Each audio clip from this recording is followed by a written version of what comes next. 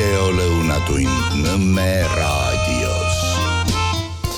Tere maailm, Nõmme raadio ja alustame siis sellest, et täname kõiki inimesi ja firmasid, kes on meid toetanud ja kelle toeta Nõmme raadiot eksisteerida ei saa. Hiljuti jooksis Facebookist läbi muide üks selline reportaaži moodi asi, kuskil ligi 10-minutiline, mis oli pühendatud Nõmme raadiole ja tema aastapäevale. Tookord oli siis see aeg, kui Nõmme raadio oli 30 aastat vana. Ma ei tea, kui palju ta praegu on, aga igal juhul Nõmme raadio on midagi, mis on alati olemas kõigile meie vaatajatele ja mõnikord lihtsalt paneb imestama, kus kohast need vaatajad, kuulajad tulevad selles olukorras, kus me tegelikult oleme ju ainult YouTube'is põhiliselt. Aga seekord üks niisugune poolkriitiline kiri, mis tuli Sõrvest äärest, nii et kujuta ette, seal siiski vaadatakse ka. Nii, nüüd me paneme need küünlakesed põlema, nagu nad meil alati olnud on, 4 tükki, mis meenutavad ütleme mingit teatavat kuulutusaeg. See tegelikult ei olegi tähtis, mida nad meenutavad, peaasi, et nad on meie teataval määral firma märk. Nii, ja nüüd me siis hakkame rääkima igasugustest huvitavatest asjadest ja alustame sellest, mis puudutab venelasi, Moskvat ja Moskva sõda. Mitte see, et me tahaks nendest asjadest rääkida, aga nad lihtsalt inspireerivad või lihtsalt juhtisid tähelepanu ühele huvitavale asjaolule, mis oli nagu, me oleme sellest tegelikult vihjamisi rääkinud, aga räägime siis nüüd veel. Ühesõnaga, Moskvaga on olukord švah. Selles mõttes švah, et seal ei ole nüüd kõik, mis puudutab infrat, ei ole mitte kõik korras, see on trammid, trollid, metroo töötab, aga igasugused internetid, telefonid ja muud sellised asjad, ka need, mis on toetatud Starlinkist, mis on ära kadunud, on moskvalastel ära kadunud. Ühesõnaga, Moskvas enam mobiiltelefoni peal äppid ei tööta, sellepärast, et kogu see süsteem on väljas. Ja nüüd on siis, kuna seda parandada ei ole hetkel võimalik, siis nüüd siis Moskva linnas, kujutage ette, see on ühesõnaga 7 miljoni linn, maailma üks suuremaid linnu, tähendab on ilma modernsete tehnoloogiateta ja sidevahenditeta. Ja nüüd on siis tähendab 2 üritust aset leidnud. Tähendab, esiteks on see, et igasugused elektroonika ja muud sükesed kaupmehed, seda oli siis nüüd ka näha vastavates uudistes ja lühireportaažis, on teinud sellise trikki, et müügil on uuesti tagasi tulnud nuppudega telefonid. Ehk ühesõnaga need iPadi eelsed, nii nagu olid need nuputelefonid moblad ja vähe sellest, müügile on tulnud ka kodused telefonid, mida on näha, need, millel on veel selle kettaga valimine. Et ühesõnaga siis nagu ütleme pool sajandit tagasi. Aga kui sa mõtled selle peale, kuidas see kettaga telefon töötab ja nii edasi, miks see inspireerib, sellepärast, et kui sa kettaga telefoni näed, siis sa alles saad tegelikult aru, kui kasulik ja kui hea on see moodne sidevahendite süsteem. Kusjuures ehk need inimesed, kellel veel olid kettaga telefonid kodus ja neile ma räägiks niisuguse loo, et minu tuttavate hulgas oli üks daam, kes oli president ja kindral Dwight Eisenhoweri poja tütar, Susan Eisenhower. Ja tema kunagi jutustas sellise loo, et tema vanaisa ehk Dwight Eisenhoweril oli väga suur probleem kettaga telefonidel valida. Sellepärast, et tal kogu aeg läks meelest ära, et ütleme, kui ta tahab valida number 3, kas ta peab sõrme panema number 3 peale seal kettal, või ta peab number 2 peale panema, et see 3 oleks nagu esimene number, mida näha on. Ja oligi, et kas nii või naa, ja ta ei saanud praktiliselt surmatunnini nagu nendest asjadest aru. Ja siin Dwight Eisenhoweri puhul, mis on täiesti loogiline ja arusaadav, on see, et tegemist oli ju väga kõva kindrali ja koloneliga ja ei tea mis ammustest aegadest, et Eisenhoweril lihtsalt ei olnud elus sellist aega olnudki, kus ta oleks pidanud telefonis mingi numbri valima. Dwight Eisenhower oli ju kogu aeg kas kindral või keegi. Tähendab, tema asi oli hõigata ette tuppa, Bill, ühenda mind sellega või Tom, ühenda mind tollega. Ja see, kuidas see ühendamine käis, temal oli lihtsalt see toru, millega rääkida. Ja kui ta esimest korda seda nägi, siis tekkis segadus. Aga miks mulle see telefonide lugu ja see meelde tuli? No esiteks muidugi see paneb iga kandi pealt jabur asi. No, tähendab, see on siis kui kaugele Moskva oma sõdade ja asjadega on jõudnud. Et ikka mage värk. Aga siis ma hakkasin mõtlema selle peale, et hea küll, et tänu Moskvale, sellele, kuidas Moskva sammub hoogsalt 50, 60, 70 aastat tagasi, see tähendab mingitesse primitiivsetesse aegadesse 1930, kusjuures pange tähele, et tookord oli ju veel niimoodi, et ega telefoni ka kettaga ei valitud, vaid oli see vänt, mida siis keerutad, siis tegid lahti, ütled, halloo, palun mulle see, ja pärast seda, kui see toru ära pani, siis sa pidid veel kord vänta keerutama. No meie inimesed on sellist telefoni näinud tõenäoliselt filmis Detsembri kuumus, kus on siis üks episood on Tallinna sidekeskjaamas ja sõdurid seal Ernst Põder ja kes seal helistavad omavahel seal staapides, siis on see vändaga keerutamise mosin ja nii edasi. Et see selline tagasiminek ja allakäik ja nii edasi, mis nüüd siis Moskvas aset leiab. Jaa, et kus see probleem tuleb? Probleem tuleb sellest, et viimase nädala 2 jooksul on alanud piisavalt intensiivne Moskva pommitamine Ukraina droonide ja rakettide poolt.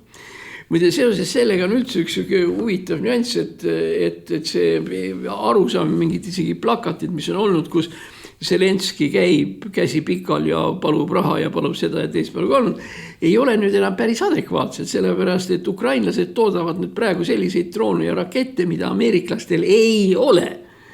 Ja Trump siis ju esitas küsimuse nüüd, et oi, et kas me saaks ja nii edasi ja Zelenski siis ütelda sõjakaaslasena on nõus seda müüma. Ameeriklastel on neid Ukraina rakette vaja selleks, et sõdida Iraani Shahed rakettide vastu. Nii et ühesõnaga 4 aastat ja 1 kuu suurt Ukraina-Vene sõda on viinud asja nii kaugele, et ukrainlased toodavad ise kõrge kvaliteedilisi õhurünnaku vahendeid, droone, rakette, mürske ja nii edasi, kusjuures nende toodete kvaliteet ja omahind on oluliselt parem kui need asjad, mida on võimalik saada ameeriklastelt. Nii et nad enam neid asju nii väga ei küsi, läks veidi aega mööda, kui ameeriklased hakkasid küsima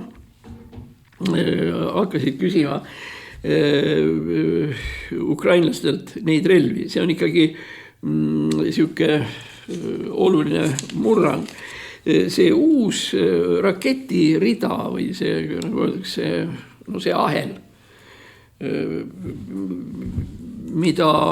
millesse rivistuvad toodetavad raketid Ukrainas, on siis 2 põhitüüpi, üks on FPVI droon ja D-droon.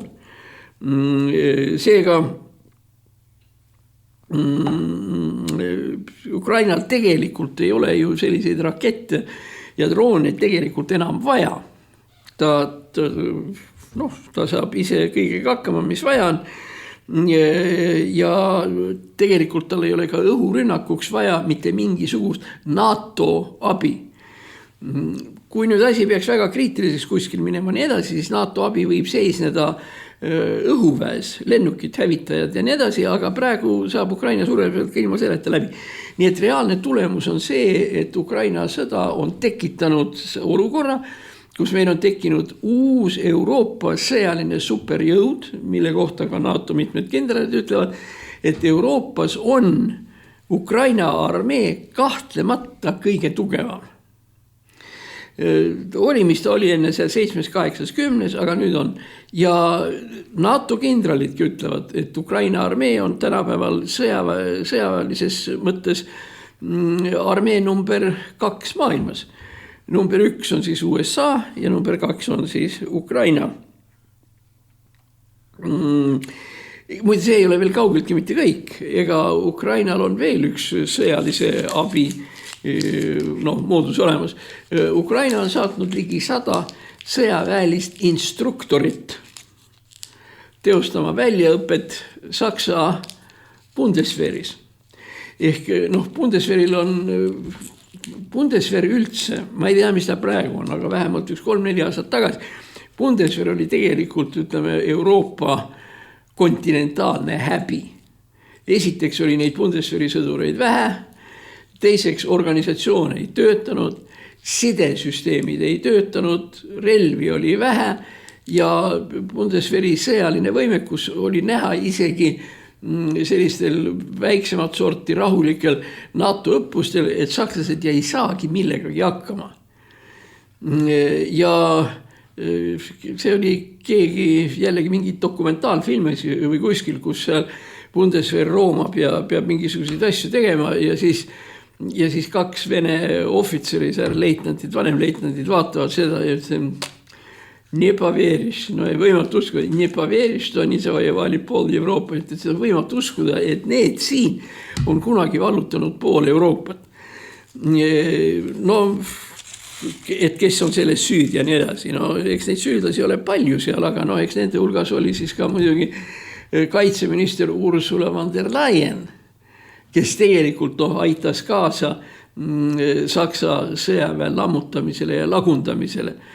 Tegelikult seda võib siis nagu praegugi hinnata lihtsalt sellise teoreetilise variandina, mida on siis ka Ameerika sõjainstituudi Institute of War sõjainstituudi eksperdid siuke teoreetiline variant, loomulikult selle praktiline vajadus puudub, aga see, et kui me kujutame endale ette sõda Saksamaa ja Ukraina vahel, siis Saksamaa võimekus ennast kaitsta kestab vähem kui nädal. Vähem kui nädalaga on ukrainlased Berliinis ja ongi kogu moos. See kõlab jõle sükse ülbelt ja nii edasi, aga tegelikult on see jõle jama. Kui ikkagi Saksamaa kui üks suurimaid riike Euroopas ja majanduslikult kõige võimsam riik Euroopas ja nii edasi, ei ole võimeline ennast isegi kaitsma. Tähendab, millest me siis räägime. Aga nii nagu Ukraina peab andma nüüd rakette ja droone Ameerikale, nii peab Ukraina andma oma sõjaväelasi instruktoreid 100 Saksamaale, et Ukraina instruktorid hakkaksid esimest korda üle tont teab kui pikka aja Saksa sõjaväge välja õpetama. Nüüd nende igasuguste sõdimisvahendite ja relvade puhul tuleb arvestada veel ühte väga olulist asja, mis antud juhul näiteks Saksamaad veel mingil määral kaitsevõimena vee peal hoiavad, on relvade hinnad. Tähendab, kui Patriot oma mitmetes variantides ja nii edasi võib maksta kuskil 10 miljonit tükist Patriot, siis Ukraina Sputnik, mis saaks selle alla tuua, maksab 20 000. Vahe on sisuliselt 10-kordne. Ehk teiste sõnadega vähe sellest, et Ukraina sõjavägi on efektiivne ja nii edasi, lisaks sellele on ta veel ka odav. Nii on sellega lood. Ja siis üks number, mis jooksis sel nädalal alguses läbi, venelasi on praegu tapetud 1 315 000. Kui me paneme siia siis ukrainlased kõrvale, siis neid on oma 3-4 korda vähem. Ja see erinevus suuresti tuleneb muidugi nendest kahjudest ja haavamistest, mis on rindel. Siinpool kaevikus on mehed, sealpool maja nurga taga on mehed ja tulistavad üht teist ja siis tapavad. See on nagu üks asi. Aga teine asi on see, et muidugi nagu me kõik, kes me oleme Vene sõjaväega mingil määral kursis olnud, me teame, et venelastel ikkagi see sõdurite võime 11 maha tappa on ikkagi ka uskumatu. Tähendab, löövad, tulistavad üksteise pihta, raketid lendavad omade meeste pihta, omad mehed tulistavad teises suunas seal, kus teised mehed ees on ja nii edasi, mis on äärmiselt tüüpiline. No mina olen sellises päris jalaväe sõjaväes olnud 3 kuud kõigest seal ülikooli ajal ja nii edasi. Ja meilgi 3 kuud ja väga väike sõjaväe osa, see oli põhimõtteliselt, see oli pataljon väikse polgu koosseisus. Isegi meie saime ühe surnu kätte, tähendab tõsi küll Vene soldati, aga oli niimoodi, et kui niimoodi kõrvuti seisavad, üksteise järel seisavad soomustransportöörid ja nüüd nad sõidavad garaažist välja, nad sõidavad niimoodi garaažist välja, jääb seisma, tuleb teine, tuleb 3. ja nii edasi, nad seisavad niimoodi ahelas selleks, et rännaku kolonnis edasi liikuda. Ja siis see surma saamine oli lihtsalt sellepärast, et ma ei kujuta ette, kuidas Vene soldat või Vene seersant, kes on juba allohvitser, sai olla idioot küllalt, et ta läks oma soomustransportööri tagumist luuki kinni panema või midagi ja oli oma transportööri taga. Ja tagant tuli siis teine ja praktiliselt ta lõi selle ühe mehe sealt keskelt pooleks. No mida see sihukese koha pealt ütled, rahu tema põrmule muidugi seda enam, et see on 30-40 aastat tagasi. Aga see on muster näide, kuidas ma ei tea, kas ohutustehnika või lihtsalt lollus või kuidas sihukesed asjad käivad ja ma olen kindel, et selles 1 315 000 on kümneid, kui mitte 100 000 friendly fire, see on siis sõbralikust tulistamisest ja sõbralikust relvadest, mingisugune osa pluss tähelepanuväärne osa neid, kes on lihtsalt igasuguste masinate pärast surma saanud, ja suugi mitte väike punkt ja üldsegi mitte vähetähtis asi, on ikkagi see, et mingisugune kogus ja joob ennast ikkagi purju või joob enda sandiks ka. Kui me hakkame mõtlema igasuguste polituuride ja pidurivedelike ja tontjapis asjade peal. Nii et iseenesest oleks muidugi ei ole huvitav teada saada, kui palju nüüd nendest kogu sellest kambast on neid inimesi, kes on surma saanud oma lollusest ja kui paljud Ukraina sõjategevuse läbi. Ukrainal tegelikult on ju jumala ükskõik peaasi, et nad on surnud ja et nad mitte midagi enam Ukrainale kahju teha ei saa. Aga me rääkisime telefonidest ja masinatest ja kuidas aeg on edasi läinud ja nii edasi.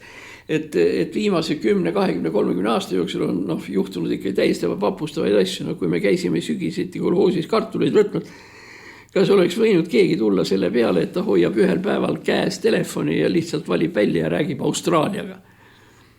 Ei olnud ju niimoodi, ikkagi esiteks vaevalt, et ühendatigi ja teiseks käis ju pidi minema telegraafi postkontorisse ja seal siis tellima ja siis sulle öeldi, et homme kell 2 võid siia tagasi tulla ja siis jällegi ühendatakse ja nii edasi. Tähendab, see on see aeg, mis nüüd, eks ole, on muutunud. Muide, üks asi, väiksed asjad me ei pane tähele, mis on muutunud, aga on üks asi on veel. Näiteks, eks ole, üks puderikene, siit saab mineraalvett juua ja nii edasi. Ja nüüd konksu koht on see, et mida veel ei olnud, ma väidan 2 aastat tagasi. Näed, me keerame selle lahti, kus juures kork jääb pudeli külge kinni. Nii, palun.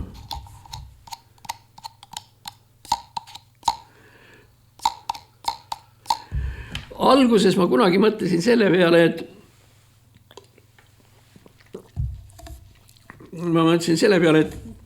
et see kork on halvasti valmistatud. Ühesõnaga, kui seda stansiga korki sealt plastmasslehe pealt välja lüüaks, siis on see halvasti teed. Aga siis läks natuke aega mööda ja ma sain aru, et see nii ongi mõeldud. Tähendab, kui ma ütlen, et aasta tagasi seda ei olnud, siis seda aasta tagasi muide ei olnudki. Ja iseenesest see on ju igavesti nutikas leidus. See tähendab seda, et lihtsalt ära kukuvad korgid ja nii edasi ei risusta ja nii edasi. Risustavad muidugi pudelid, aga on ju üks sihukene tore ja huvitav leiutis. No telefonist me rääkisime. Nüüd veel üks asi, mida ei olnud kuskil 10 aastat tagasi. Et siis, kui lähete poodi ja hakkate selle asja eest maksma, siis te tõmbate ta kassa juurest läbi selle sama triipkoodiga, mida vanasti ka ei olnud. Ja eks ole, triipkoodi mõte on selles, et kassaaparaat ja nii edasi saab teada, mis sa ostnud oled, mis see maksab ja nii edasi. Ja kui sa oled kõik kaubad triipkoodiga läbi ostnud, eks ole, siis sa lähed sinna, maksad ära oma selle krediitkaardi ja sellega. Triipkood on ju ka hiljutine leiutus. Pakki saatmine. Vanasti oli ju niimoodi, et sa läksid postkontorisse ja saatsid selle pakki ära. Tähendab seal siis, löödi sulle kas vineerkasti sisse või kuhu ja kirjutati peale ja nii edasi, niimoodi see käib.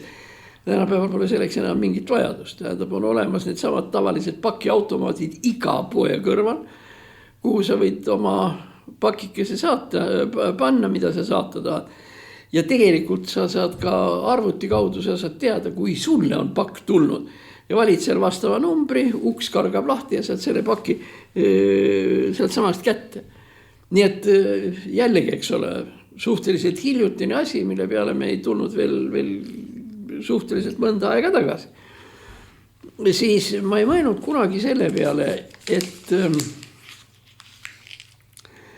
oli sünnipäev ja see oli üks natuke vanemat sorti inimene, kellele ma tahtsin saata sünnipäeva kaarti, õnnitluskaarti. Esiteks, et on olemas need kaardid, kus teed lahti, et siis seal hakkab muusika mängima, see on veel omaette lugu, aga põhimõtteliselt, et saadad kaardi. Ja selle kaardi saatmine võttis mul üle poole päeva aega. Ja sel lihtsal põhjusel, et ei ole postkasti. Minge käige ringi ja küsige, keegi ei tea, keskmise ealised ja nooremaealised inimesed pole kuulnudki, mis asi see on. Ja nüüd ma muidugi, nüüd mul ei ole vaja jälle kirja saata. Nüüd ma tean küll, kus kohas näiteks Muhus on seal põe juures, seal uksi juurest vasakut kätt on seal olemas. Ja siis midagi on siin samas lähedal Mustikakeskuses on üks koht olemas ja nii, kus on kastid, kuhu sa võid. Nii, see oli nüüd siis probleem. Ega siis kirja saatmine läks veel keerulisemaks ka sellepärast, et kirja peale tuli ju mark kleepida. Küsimus, kust sa ostad selle margi? Selle sa tegelikult, õige, see mark oli ju niimoodi tuli ta ära kleepida ja kõik see ja siis pani ilusti peale. Nüüd ma jälle tean, eks ole, et seal samas Mustikakeskuses, seal kus on Omniva see teeninduspunkt ja nii edasi, et seal põhimõtteliselt müüakse marke ka. Aga ega siis see, kui ma kuskilt Rimist või Selverist ostan endale sünnipäeva kaardi ümbrikuga ja panen selle peale, see ei ole nii, et sa muudkui kirjutad aadressi peale, suts postkasti ja ongi valmis. Ei lähe. Sa pead hakkama mõtlema, kus kohas on marke müüv asutus või see. Ütleme siin, kus me sinuga praegu oleme, seda ma lihtsalt tean nüüd, kuna mul see probleem oli, see hakkas mind tegelikult ka huvitama. Tähendab, kui kellelgi vaja on, siis ma võin öelda, et Mustamäel siis Mustikakeskuses on olemas posti saatmise kontor ja nii edasi, kus saab marki osta.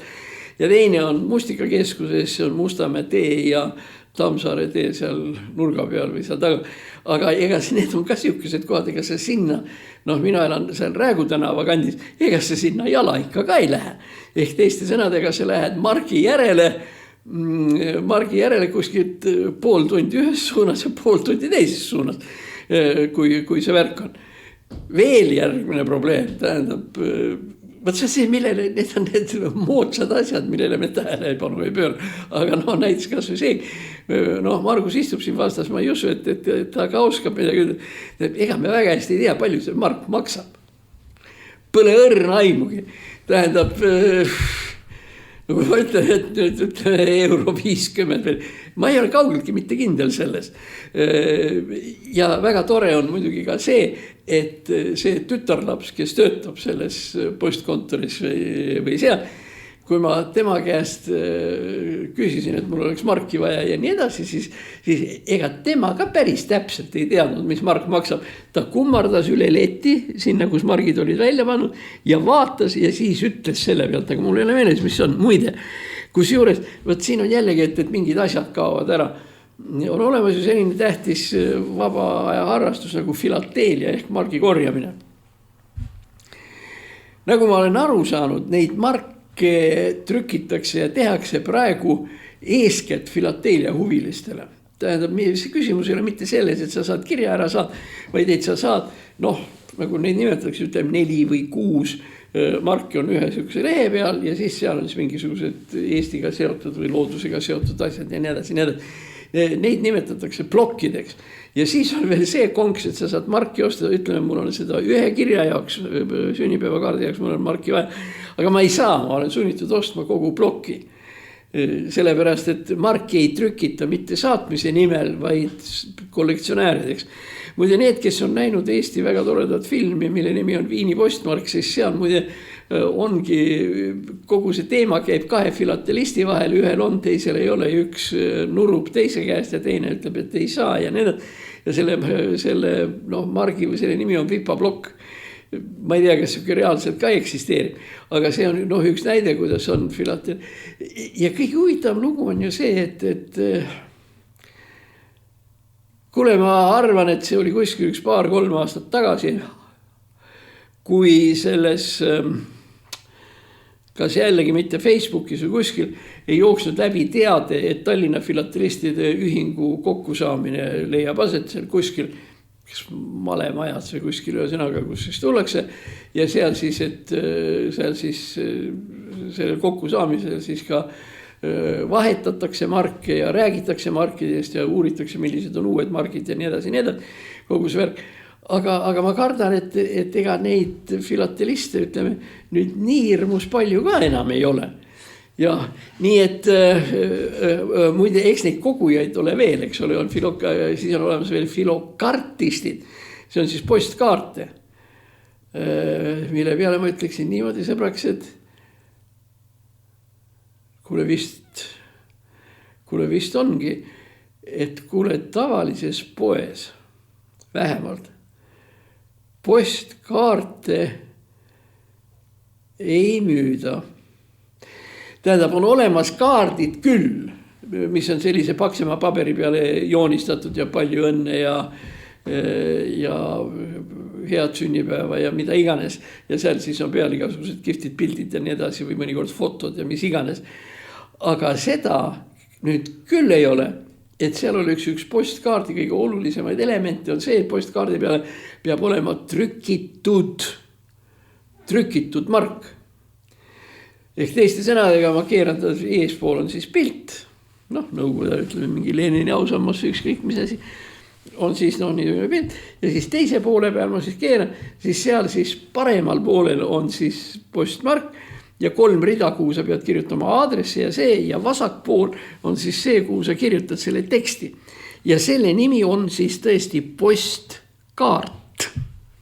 Sest post on makstud, postikulud ja nii edasi. Aga selliseid minu teada ausalt öeldes ei ole, lihtsalt enam ei ole. Kusjuures isegi minu selles mustikapoes, kus ma käisin, muide minu ka ei olnud, aga ma hakkasin alles praegu selle peale mõtlema. Sellepärast, et sellest jooksis läbi jällegi mingisugusest teisest kanalist, infokanalist, ma ei mäleta, mis seal võis olla. See oli Krasnanskaja Barona või mingisugune sihukene, see jooksis läbi üks huvitav, mis juhtub. Nüüd me oleme siis peatselt aprilli alguses ja aprilli alguses aastal 1923 ja mul ei tule see nimi meelde, oli mees, kes leiutas margiga postkaardi. Postkaardid leiutati veel 50 aastat varem. Aga kusjuures see postkaart, kui see viidi siis ka näiteks postkontorisse või kuskile, siis koos kaardi, annad kaardi ära, maksad raha ära ja siis see post toimetab selle minema. Aga sinna läks veel peaaegu 50 aastat aega, kuni see mees rehkendas selle margi välja. Aga nüüd me siis oleme jõudnud jälle ringiga, eks ole, teisele poole. mis tähendab seda, et noh, võt oli postkaart ja olid margid ja olid kõik ja nüüd nagu sisuliselt ei olegi nagu eriti midagi. Nii.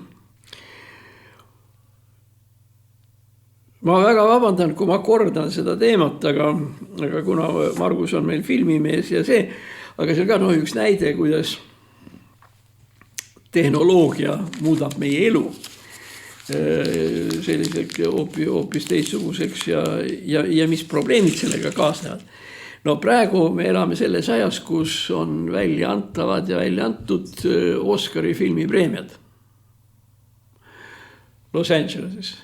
Ja Ameerika Filmiakadeemia auhind on Oscar. Nüüd lihtsalt täiendava infona, Filmiakadeemia ei ole asutus ja Filmiakadeemia ei ole mingisugune kontor või see, mis on kuskil majas istub ja seal on siis Filmiakadeemia presidendid ja värgid ja nii edasi. Ja seal on kuskil 10 inimest, kes saavad nagu ütleme mingisugust palka või palgamoodi asja, mõned vist ei saa üldse midagi.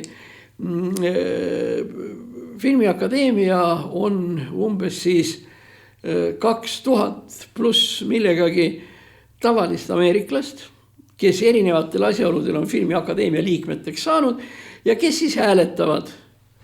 No ma peaaegu oleks öelnud postkaardiga, aga hääletavad nähtavasti siis ikkagi kuidagi teistmoodi. Nii et see on tegelikult üks selline kooslus või kogukond.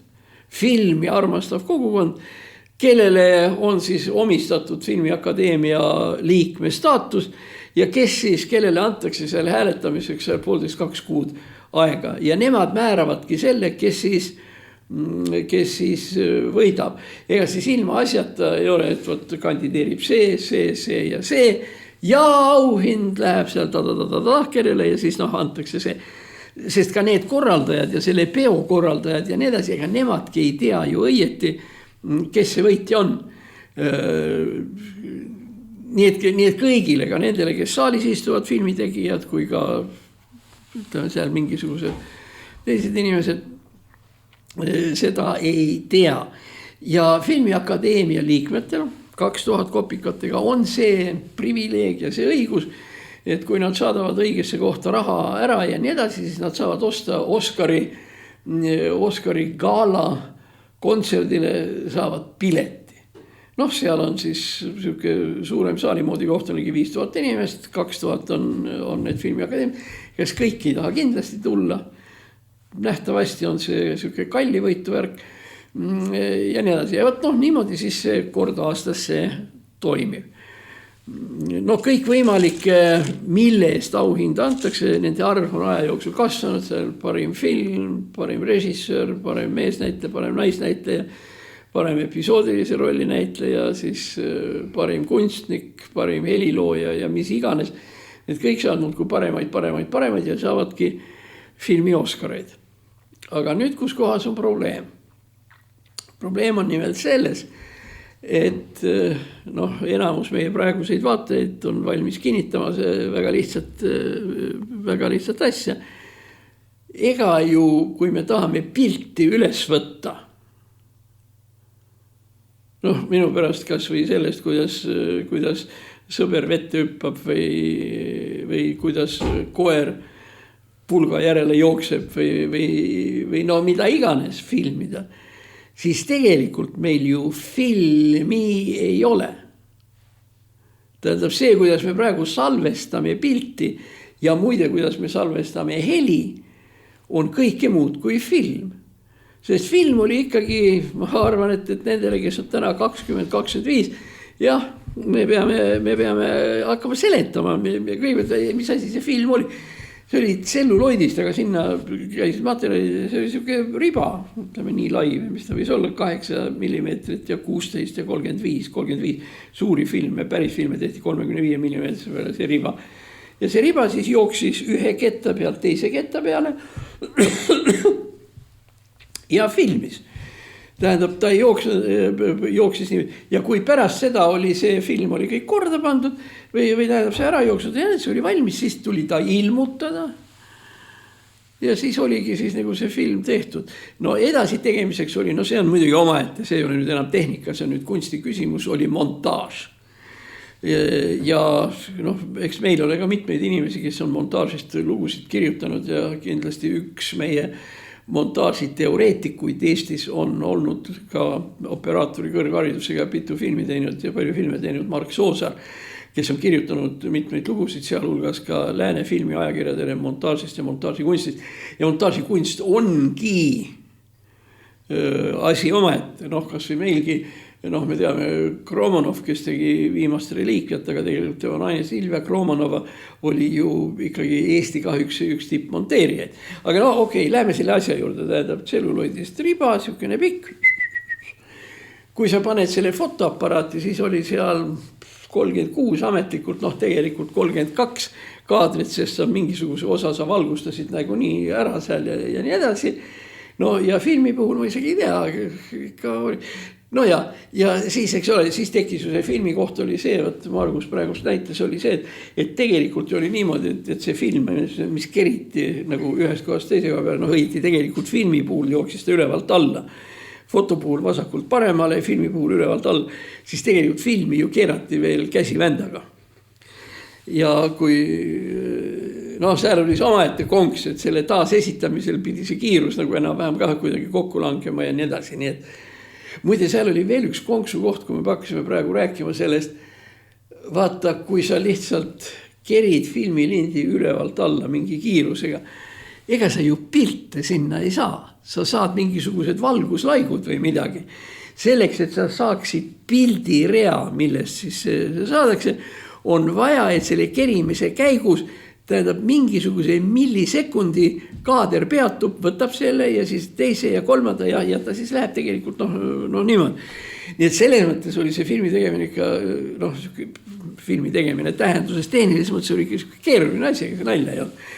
Aga tuleme uuesti tagasi selle filmiakadeemia Oscari ja kõige selle asja juurde ja nii edasi. Tähendab, nüüd on siis üles kerkinud probleem, mis on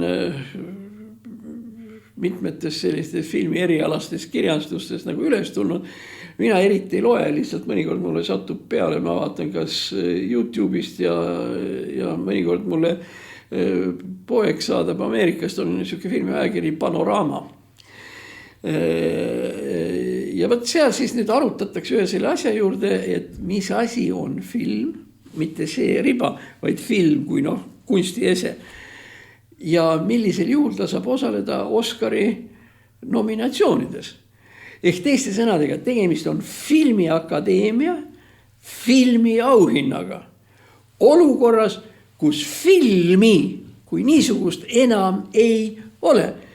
Ka kunstilised või mängufilmid ja nii edasi võetakse ju üles digi peale. Ja selles mõttes filme teevad ka tavalised inimesed oma väikeste nende fotoobjektiividega ja nii edasi, mis juba telefonigi küljes on olemas.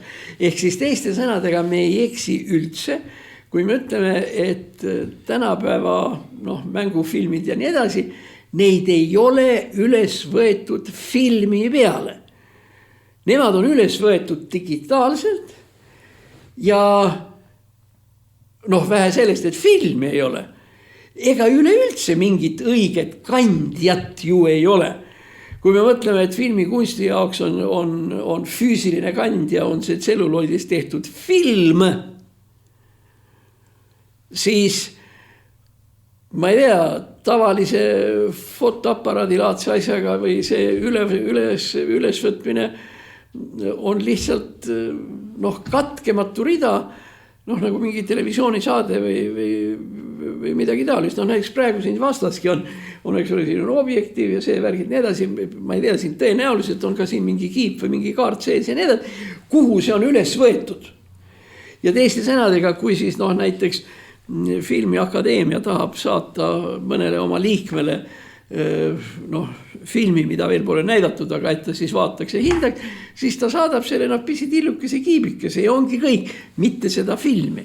Nii et kandja ja nüüd siis tegelikult tekib siis küsimus, et no hea küll, läheb veel natuke aega mööda. Aga mis siis, kui siis ka kaob kandja kiibi mõttes ära? Tulevik on näha. Ma ei tea päris täpselt, kuidas see toimima hakkab, aga tegelikult, eks ole, see reaalne tulevikuskeem ka meie Nõmme raadiosaate tegemiseks saab olema see, 3, 4, 5 aasta pärast on asi ühel pool. Saab olema sellest, et siit sellest kaamerast mingisuguse asjaga saadetakse signaal üles kosmosesse ja kuskil kosmose seal igasuguste nende Sputnikute mille peal, seal on siis nagu mingisugune selline arhiivi moodi värk või nii edasi, et ühesõnaga see siin filmitu läheb üles sinna. Ma juba kasutasin väljendit filmitu, mida tegelikult ju ei ole. Jah, nii et see on, võt nii lähme ja nii lähebki. Ja nüüd on meil siis, me oleme siis selles kohas, kus me peame esitama endale küsimuse, mis saab filmiakadeemiast. Ega tegelikult ka selles panoraamas nad ikka üldiselt kirjutavad ka, et see asi võib ikka sedapidi hukka minna, et leiutatakse mingisugune uus hindamise väsi, et mida hinnata.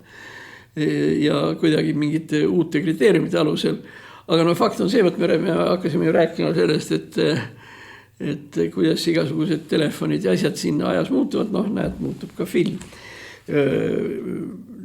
Ma märksin enda veel paar asja üles, tähendab, mitte väga veel levinud, sest hind on krõbedavõitu, aga see ei ole hind, mis tapab. Tähendab, kui ikkagi natukene jätad raha kõrvale pool aastat ja nii edasi, võid sa rahulikult ära osta, on robot tolmuimeja, see, mis ringi sõida.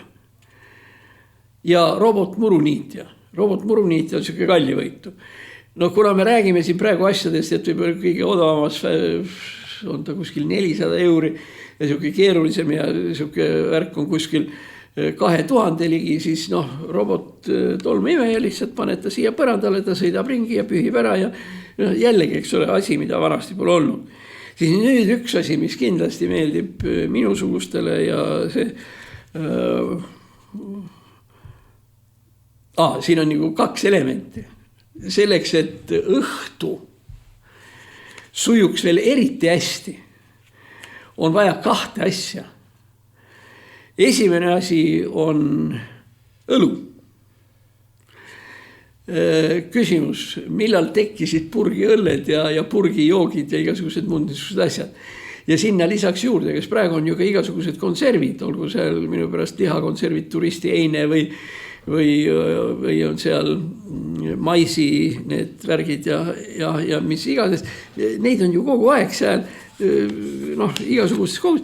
Ma kordan, 10 aastat tagasi ma arvan, seda ei olnud. Või see oli just iga hetk tulemas ja nii edasi. Muide, seal on üks probleem, tähendab see konservipurk või kust õlu lahti tuleb, ei ole veel jõudnud oma arengus piisavale tasemele sel lihtsal põhjusel. Mitte tihti, aga ütleme kord 10 juhtub see, et see väike kaba, millest sa tõmbama pead, et purk lahti tuleb küljest ära. Ehk ühesõnaga, et ta ei tee seda purki lahti, vaid see kaba kargab küljest ära. Ja siis on muidugi uskumatult halb. Kui linnas ei ole nagu see lugu, aga paljukese seda õlutsen ikka läheb, aga maal siis lihtsalt on olemas meisel ja siis aamriga taad ja siis see õlu lendab sealt välja ja nii edasi. Muide, seoses alkoholi ja korkidega ka Prosecco ja šampuse korgid, tähendab isegi see traadist vidin, mis seda korki kinni, isegi selles on uus tehniline läbimurre. Selle traadi küljes on olemas tehtud väike sang. Nii et sa tegelikult šampuse pudeli kõigepealt tõstad selle sanga üles ja siis tuleb lahti. Jällegi, eks ole, värske tehniline uuendus. Aga nagu jutt oli telekast ja et telekat peab vaatama ja õlu peab kõrval olema, kui sa seal jalgpalli vaatad. Nii edasi on veel üks leidus. Ma täiesti kujutan ette, et see ei saa olla ülemõistuse keeruline. Aga selle peale pidi keegi esimesena tulema, et siuke leidus ära teha ja siuke leiutis teha. Ja see on telekapult. Vot kui ma pikutan ja joon õlut, siis ma ei viitsi televiisori juurde minna. Aga mul on see pult, millega ma saan kõik nagu asjad enam kätte. ja nagu ma ütlesin, tõenäoliselt see ei ole sihuke raketitreeniga tase, aga keegi istus kuskil, no kurat, ma pean sinna kogu aeg minema, no miks ma pean sinna minema, ma teen selle ja on ka saada. No ja omaette lugu on, aga meil ei ole sellest aega rääkida, täna ma nimetan mõned teised asjad, on AI, Artificial Intelligence, kunstlik intellekt, mis nii palju kui mina asjast aru saan, ei kujuta endast ka otseselt tehnilist läbimurret. See ei ole mingisugune tuttuus asi, mida vanasti ei olnud. Ei, kindlasti seal on, aga see ei ole mitte niivõrd tähtis.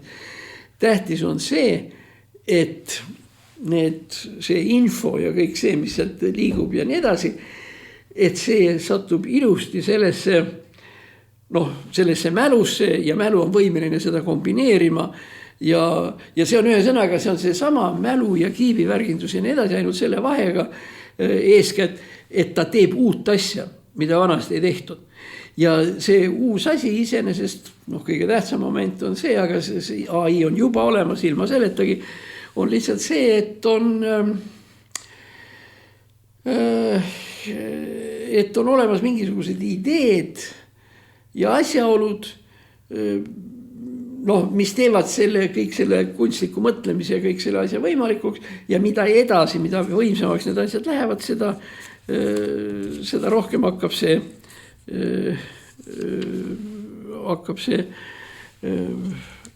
meie kasuks tööle. Nii, meil on olnud siis üks niisugune asi, mida ma veel enne lõpetamist tahaks rääkida, mis see seda me ei räägi. Järgmine kord muide räägime Mein Kampfist. Nii, Fides on seal ka eemal ja nii edasi. Okei. Nii, venelased, kes ei räägi eesti keelt. 80% venelastest Narvas ei räägi eesti keelt. Ma ei tea, kui palju Tallinnas neid eriti ette ei satu. Eks need ole ju ka kõik segregeeritud, et venelased elavad rohkem Lasnamäel, eestlased rohkem siin ja Õismäe on siis pooleks ja nii edasi, nii edasi. Aga ma olen tähele pannud ühte asja, et venelased oma keeles kasutavad jõle imelikke väljendeid. Andres Raid järgmine esmaspäev räägib sulle värssides, mis asjad need on ja kuidas see keelevärk käib, aga näiteks lähen ma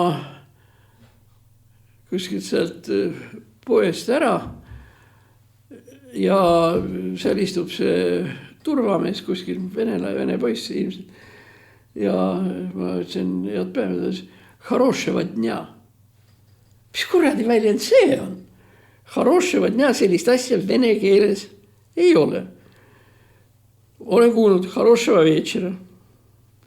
Ja mis on täiesti rabav on, selle peale isegi sa ei tule, mis see originaal on. Хорошего времени. Хорошего времени on head aega. Ja Хорошего dня, head päeva, Хорошего вечера, head õhtut ja nii edasi. Ehk teiste sõnadega venelased on mingil määral ära soperdanud oma enese keele sel teel, et nad võtavad eestikeelsed väljendid, tõlgivad need otse vene keelde, kus juures, seal on see vene poiss, kes oli seal selle Rimi turvamees või see, täiesti selge, et ta ei ole filoloog, lingvist ja ta ei mõtle seda eriti, vaid see Хорошего dня, see tuleb head päeva, see tuleb tal iseenesest.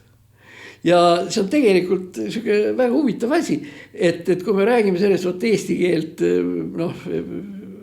eesti keelt risustab inglise keel laias laastus.